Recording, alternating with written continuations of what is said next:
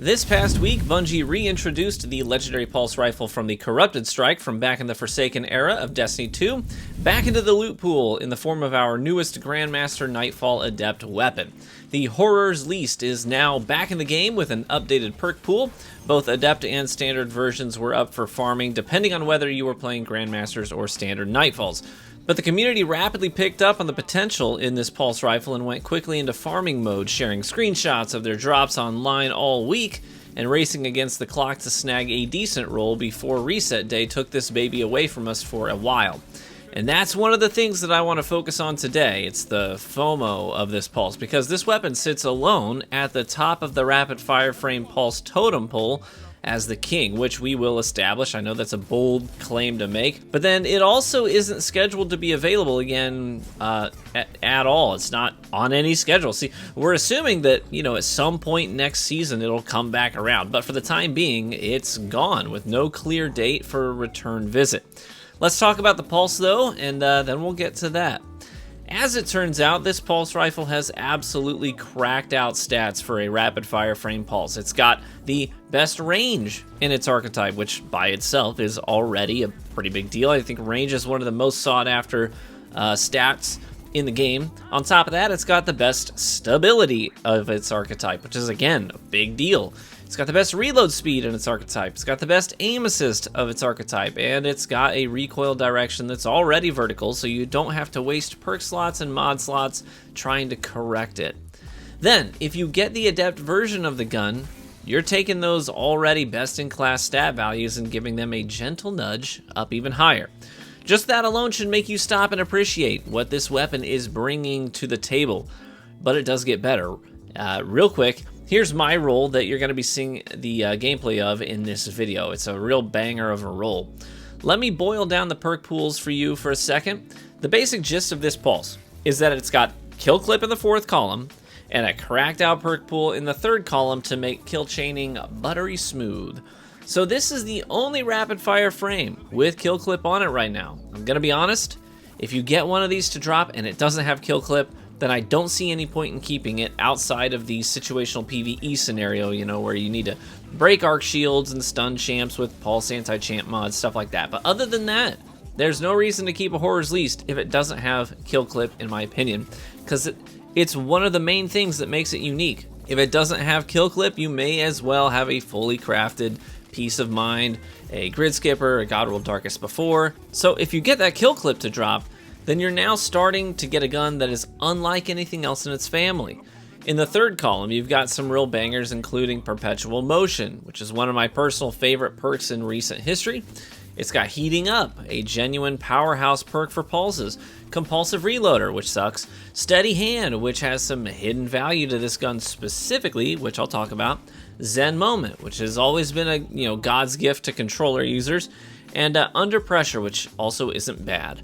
All in all, I recommend keeping any drop with Perpetual Motion, Heating Up, Zen Moment, or Steady Hands. And since it's Adept, it'll drop with 2 perk options in this column, so your chances of getting 1 or even 2 of these is pretty good. So this column is about taking a gun that's already statistically the best of its family and cranking those stats based on your preferences up to 11, while pumping out obscene amounts of damage with kill clip active.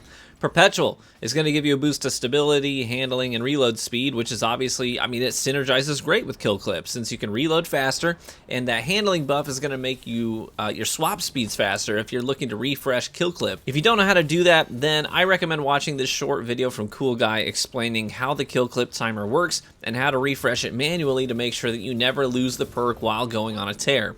Heating Up is great. It'll help you capitalize on kill clip well, since it gives massive buffs to your accuracy cone, stability, and recoil direction.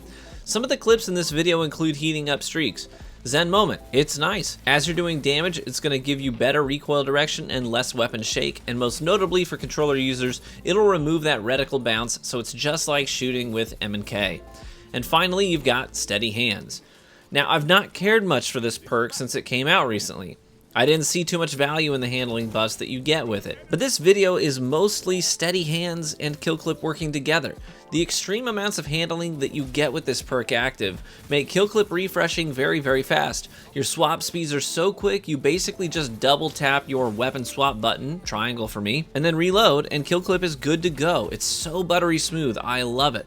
It's the only gun in the game so far that makes me care about this perk. Now hopefully you can appreciate the value of this gun. Statistically, the best rapid fire frame pulse rifle in the game. A perk pool loaded with performance enhancers and the only rapid fire frame with kill clip. That is nuts. It's groundbreaking. It's standard setting. It's so good that I got 419 final blows with the gun in my very first sitting using it. The last time a gun instantly clicked like that for me to that degree, I think it was probably the Insidious Pulse Rifle, which I've got now close to 6,000 kills on. But the FOMO on this Pulse is insane. Getting a kill clip roll required some great RNG, and unfortunately, I didn't have that. I had terrible RNG. The corrupted Grandmaster Nightfall is notoriously one of the absolute worst GMs to farm. It's harder than most.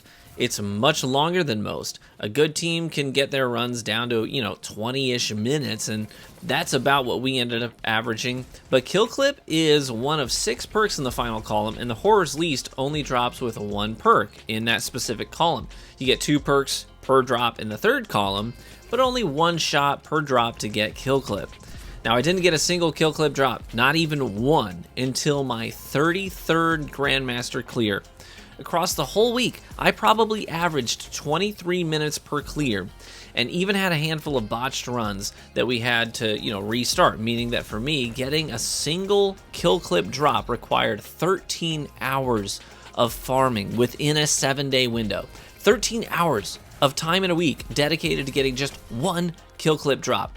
I nearly gave up, honestly. I hate that strike. I didn't care for it much to begin with, but then spending that much time in it in such a short window was soul-crushing. The worst perk in that final column is Turnabout, and I got 16 Horror's Least to drop with Turnabout before getting a single one with kill clip. I was not particularly thrilled about that. But eventually, I got the roll that I wanted Tuesday morning, about an hour and a half before reset. And then I got a shower, and took a short nap because I felt like I deserved it. But the Horror's Least is not coming back this season unless something changes in the rotation. And we don't know anything about next season's rotation, but we do know that Grandmaster strikes don't start at the beginning of the season anyway. So you're going to be waiting months, most likely, before you see this Adept weapon come back. So if you didn't get one this week, unfortunately your next shot at it is a long way away. And I'm sorry, honestly, if you didn't get one. This gun is incredible, objectively incredible. If you got the roll you wanted, congratulations, and I hope that you have a blast with it like I'm having with mine. I'm looking forward to taking it into trials this weekend and seeing what kind of damage I can do with it. Good luck in all of your future gaming and farming endeavors. Thanks so much for watching the video today. If you enjoyed the gameplay or the conversation, then please consider leaving a like on the video, as that's the best free way to support content creators here on YouTube. I'd encourage you to subscribe for additional Destiny content, and half of the viewers on my videos are not subscribed, so I'm trying to earn that sub from you. Thanks so much for your support. Be warm and well fed, my friends, and I hope to catch you in the Crucible.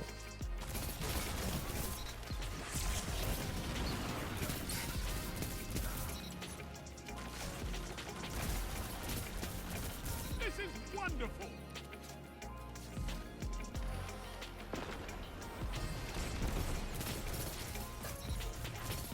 Double down.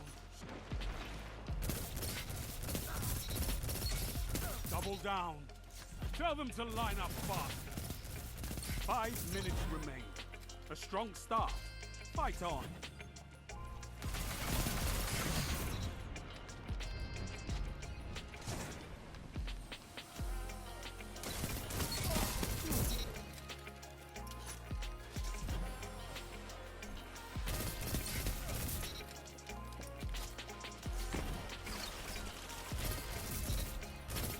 Zone A captured. You have zone advantage.